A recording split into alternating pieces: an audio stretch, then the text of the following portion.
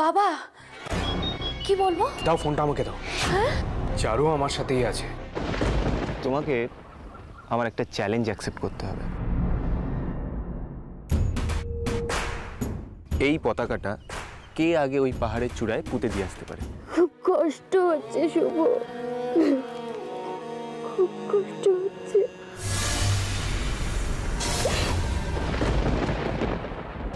কি হলো চারু? আরে বল, চুপ করে আছিস কেন? কি বলবে ও? কি বলবে? বলার কোনো মুখ রেখেছে নাকি?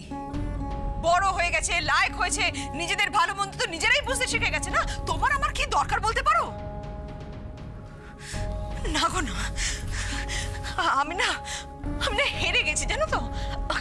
আমি হেরে গেছি, আমি ব্যর্থ হয়ে গেছি। মা মা মা তুমি ভুল বুঝছো আমাকে। মা তোমরা দুজনে মিলেই আমাকে ভুল বুঝছো। ঠিকটা কি চারু?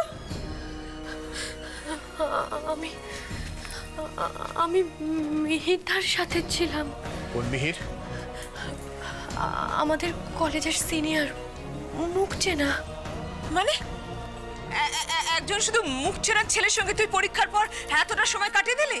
অন্য কিছু নেই এর মধ্যে? প্রতিমা চুপ করো, বলতে দাও। মা মা বিশ্বাস করো, ওরকম কিচ্ছু নয়। বাবা বাবা তোমার ননটাকে মনে আছে? সেই মিহিরদা ননটাকে ধরে এনে মেরেছিল 26শে জানুয়ারি, মনে আছে বাবা? সেই মিহিরদা। যাদের সাথে অসভ্যতা করেছো তাদের পায়ে ধরে ক্ষমা চাও। তুমি কে বলো তো? তোমার পরিচয়টা তো এখনো। মিহিরদা আমাদের কলেজে জেনারেল সেক্রেটারি ছিল। হ্যাঁ জানি তো, ও সেই ছেলেটা তো যে তোকে সেদিনকে পরীক্ষায় বসার ব্যবস্থা করে দিল। হ্যাঁ মা, সেদিন মিহিরদা না থাকলে অ্যাডমিট কার্ড ছাড়া আমি পরীক্ষায় বসতেই পারতাম না। আমাদের কলেজের একজন সিনিয়র দাদাকে বলেছি, উনি খুব ভালো মানুষ। উনি দায়িত্ব নিয়ে আমার পরীক্ষা দেওয়ার সব ব্যবস্থা করে দিয়েছেন। এখন আর কষ্ট করে তোমায় আসতে হবে না। খুব ভালো কথা, খুব ভালো কথা। সে তোমাকে হেল্প করেছে, তুমি তাকে ধন্যবাদ দিতে, ভালো করে ধন্যবাদ দিয়ে চলে আসতে। তার জন্য রাত করলি কেন? এই শোন, শুধু আজকে বলে নয়, তুই প্রায়শই আজকাল রাত করে বাড়ি ফিরছিস। কি ব্যাপার বলতো? হ্যাঁ, আর তুই যে রাত করছিস না, সেটা আমি এখানে আশপাশে পাড়ার লোকেরাও বলছে, আমার কানে এসেছে কথাটা। অনেকদিন ধরে ভেবেছি আমি বলবো।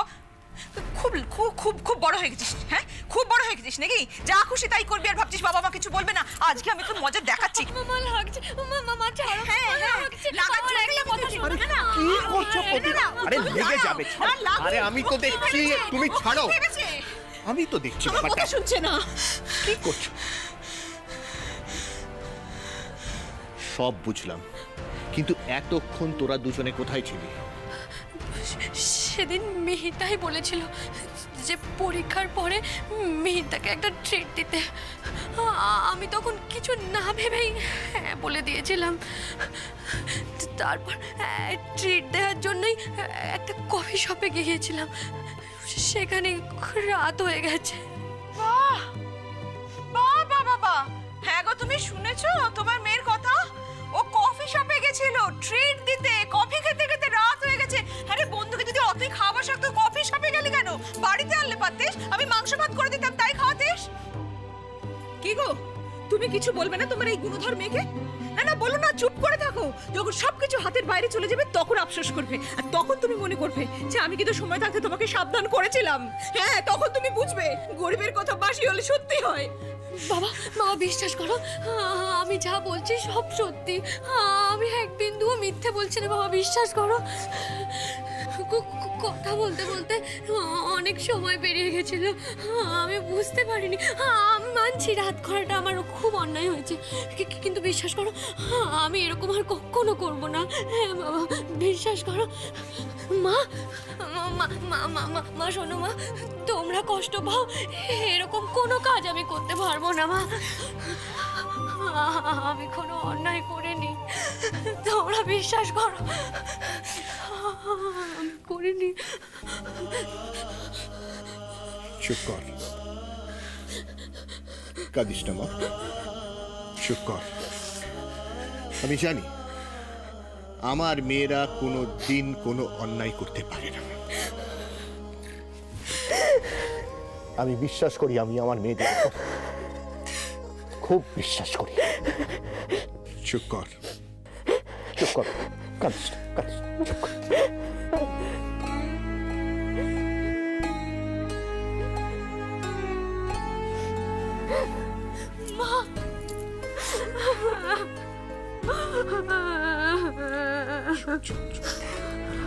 চুপ কর।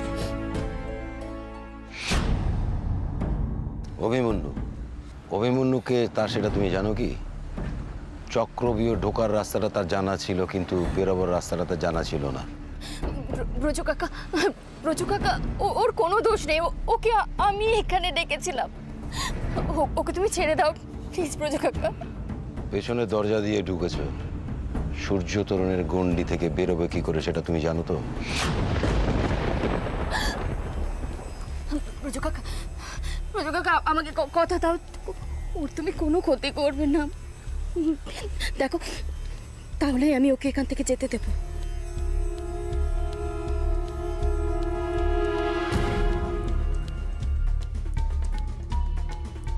রিয়া, তুমি কি জানো না একমাত্র অভিরম মুখার্জির কাছে ব্রজেশ্বর বাধা আছে, আর কারো কথা শুনতে সে বাধ্য নয়।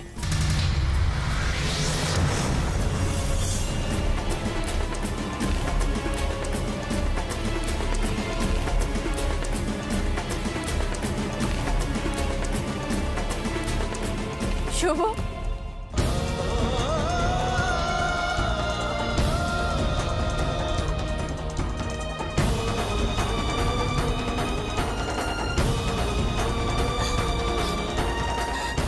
ব্রজ কাকা ওরা শুভকে কোথায় নিয়ে গেল? ব্রজ কাকা বলো না প্লিজ।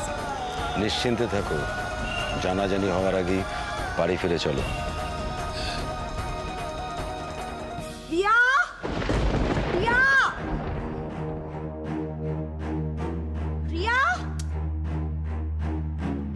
রিয়া, রিয়া, রিয়া। দেখতে পাচ্ছ, ক্ষমতার লোভ বড় সাংঘাতিক। আচ্ছা, রিয়াকে দেখেছেন এই গেট দিয়ে বেরোতে? তার মানে বাবা এতক্ষণে সবকিছু জানতে পেরে গেছে। তুমি মুখ বুঝে থাকো, বাদ বাকিটা আমি সামলে নেব।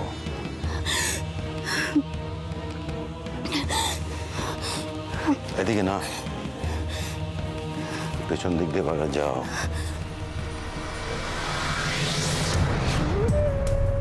ইস, এত বড় মুখ্যম একটা সুযোগ হাতছাড়া হয়ে গেল।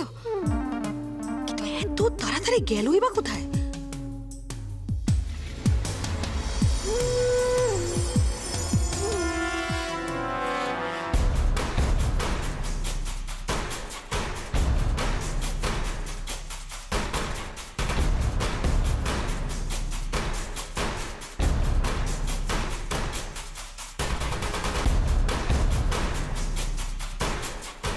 কাল খবরের কাগজে ছবিটা যেন বের হয়।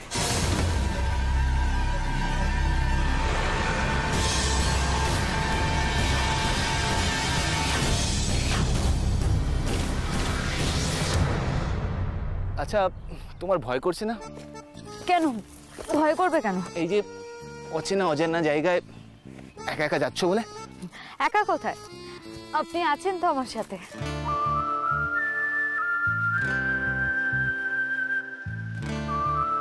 তুমি খুব ভালো মেয়ে।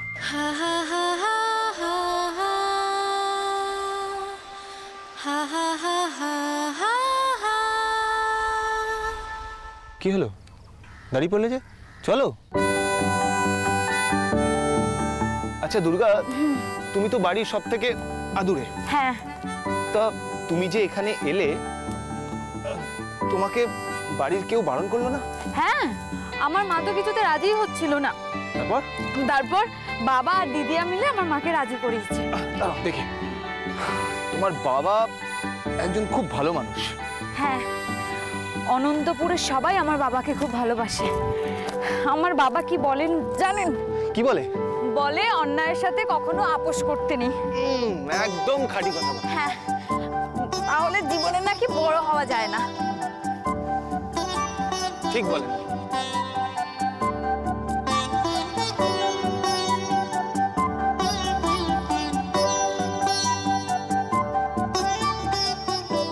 দুর্গা,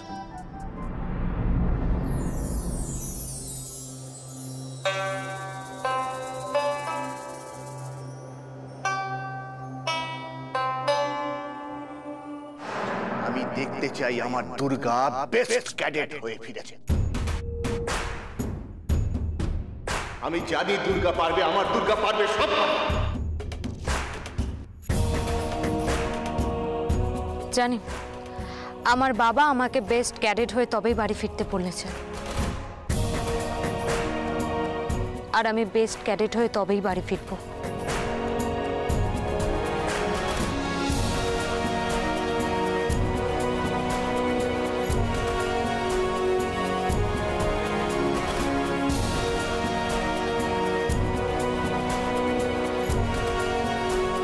বেস্ট ক্যাডেটের মেডেল তুমি পাবেই পাবে দুর্গা।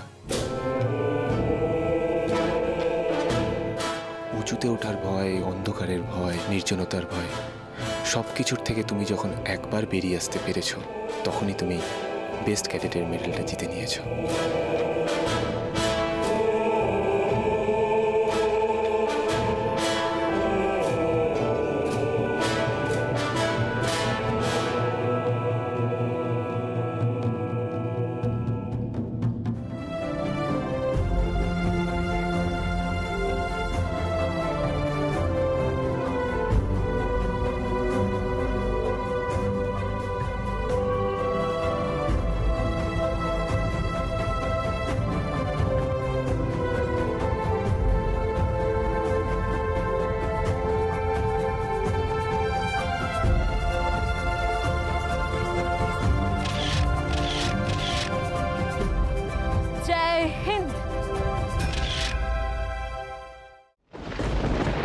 আমার বাড়িতে ঢোকে, আমার মন্ত্রী অভিরূপ মুখার্জির বাড়িতে, যার ভয়ে বাঘে গরুতে এক ঘাটে জল খায়, তার বাড়িতে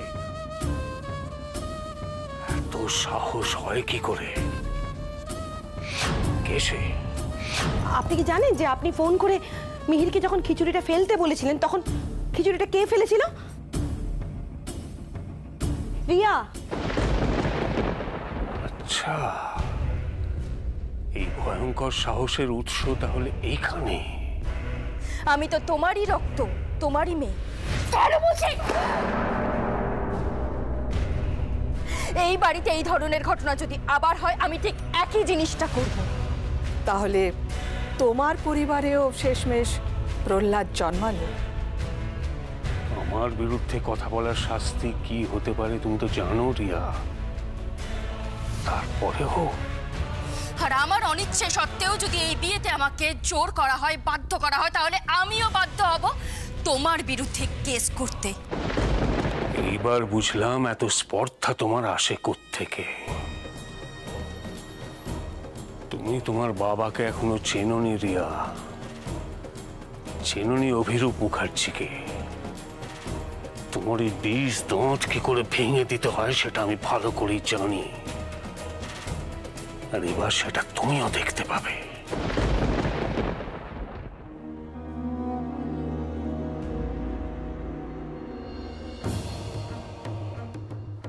অভিরূপ মুখার্জির অন্দরমহলে ঢোকার সাহস সে দেখিয়েছে, তার কি ব্যবস্থা হয়েছে ব্রজ? যেরকমটা হওয়ার ছিল তেমনটাই হয়েছে। হেয়ালি আমার পছন্দ নয় ব্রজ, যা বলার সরাসরি বলো। কালকে খবরের কাগজের পাতায় খবর হিসেবে ছেপে বেরোবে। সাবাস সাবাস ব্রজ, এই জন্যই তো তোমার উপর এত ভরসা করি। আমি জানি একমাত্র তোমার উপরই নির্ভর করা যায়। আসলে তুমিই তো সব ব্রজ, আমার এই বিশাল সাম্রাজ্যে তুমিই তো পরিচালক, আমি তো নিমিত্ত মাত্র। জয় মা, জয় মা। আরো একটা কথা ছিল, মিহির বাবা চারুলতার সঙ্গে বড্ড বেশি মেলামেশা করছে। মিহির বাঘের বাচ্চা ব্রজ, আমি জানি ও ঠিক কথা রাখবে। নিজের সন্তানের প্রতি ভরসা সেটাই স্বাভাবিক, কিন্তু ধৃতরাষ্ট্র হয় না। একটা ভুলের মাসুল যেন সারাটা জীবন ধরে গুনতে না হয়। সত্যিই তো, কিভাবে আমি মিহিরের কথা এভাবে কথাগুলো গুছিয়ে লিখতে পারছি না। হাত কাঁপছে, চোখ ঝাপসা হয়ে আসছে, অদ্ভুত একটা কষ্ট। কিন্তু কি করে বুঝবো? একজন মানুষকে বিচার করব কি করে? আজ পর্যন্ত যতবার ওর সাথে দেখা হয়েছে ও উপকারই করেছে আমার। নিজে ভালোবাসে বলে কখনো আমাকে জোর করেনি, বিনিময়ে কিচ্ছু চায়নি আমার কাছে। এই আংটিটা তোমার জন্য রাখা রইল ছাড়ো, হোল লাইফ। আমি জানি জোর করে ভালোবাসা যায় না, আমাদের মধ্যে ভালোবাসার সম্পর্ক নাই থাকতে পারে, বন্ধুত্ব সম্পর্ক তো হতেই পারে, তাই না? ওর ভালোবাসায় কোনো ভনিতা নেই, মনে যা ছিল উজাড় করে বলেছে। ও যদি আমাকে ভালোবাসে তাতে আমার কি করার আছে? কি দোষ আমার?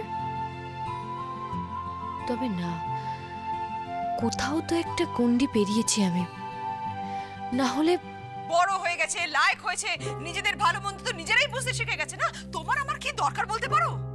আমি না হেরে গেছি জানো তো। আমি জানি আমার মেয়েরা কোনো দিন কোনো অন্যায় করতে পারে না। না, আর নয়, আজকের পর আর কোনোভাবেই আমি মিহিরের সাথে কোনো যোগাযোগ রাখবো না। তোকে বড্ড মিস করছি রে চুটকি, তুই থাকলে। আরে আমি পাটুলতে গ্রেড পড়ছি।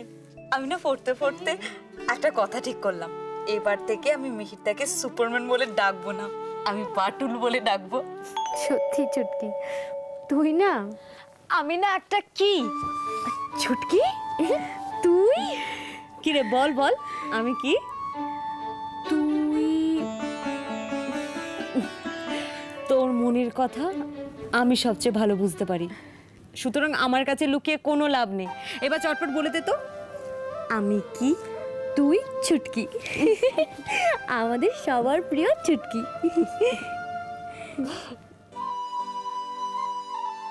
জানিস চুটকি, তুই যা বলেছিলি সব ঠিক। আমি একটু বুঝতে দেরি করে ফেলেছিলাম, ও একদম অন্যরকম। তুই যেমনটা বলেছিলি ও ঠিক সেরকম। তুই মিহিরদার কথা বলছিস তাই না? তা এবার বুঝতে পারলি আমি মিহিরদাকে কেন সুপারম্যান বলি?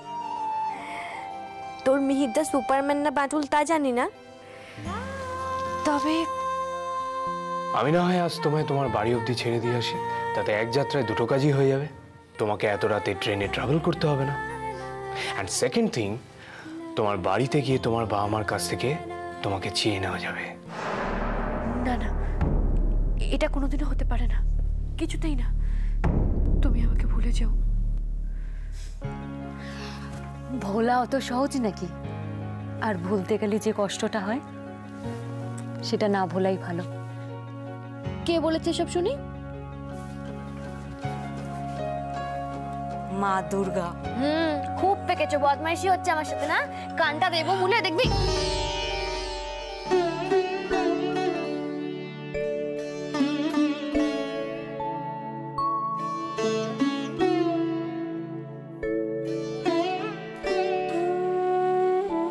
তোকে খুব মিস করছি রে ছুটকি, খুব মিস করছি। কত দূরে চলে গেছিস তুই।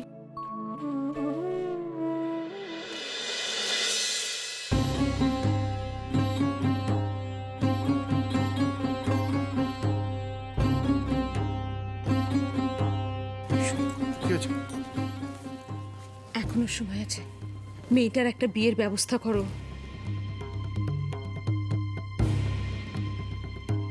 আরে আরে দয়া করে আমার কথাটা একটু তুমি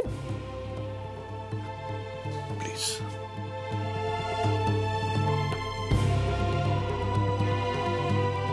চারুটাকে সত্যি কখনো এমন দেখিনি। দুর্গাটা না থাকায় চারুটা বড্ড একা হয়ে গেছে।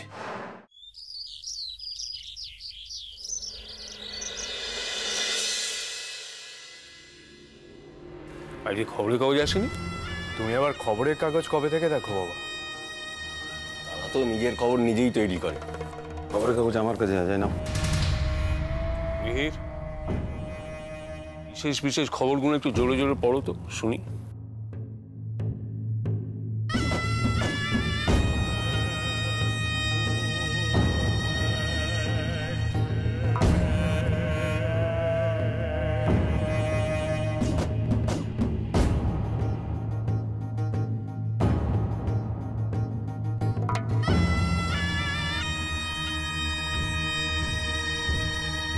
শুভময় বোস সম্প্রতি ছুটিতে কলকাতা এসেছিল এবং অজ্ঞাত কারণবশত গতকাল সন্ধ্যে থেকেই নিখোঁজ ছিল সে।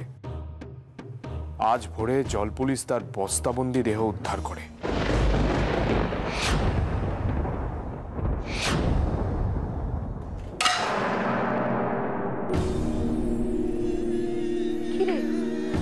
রিয়া কি হলো তোর?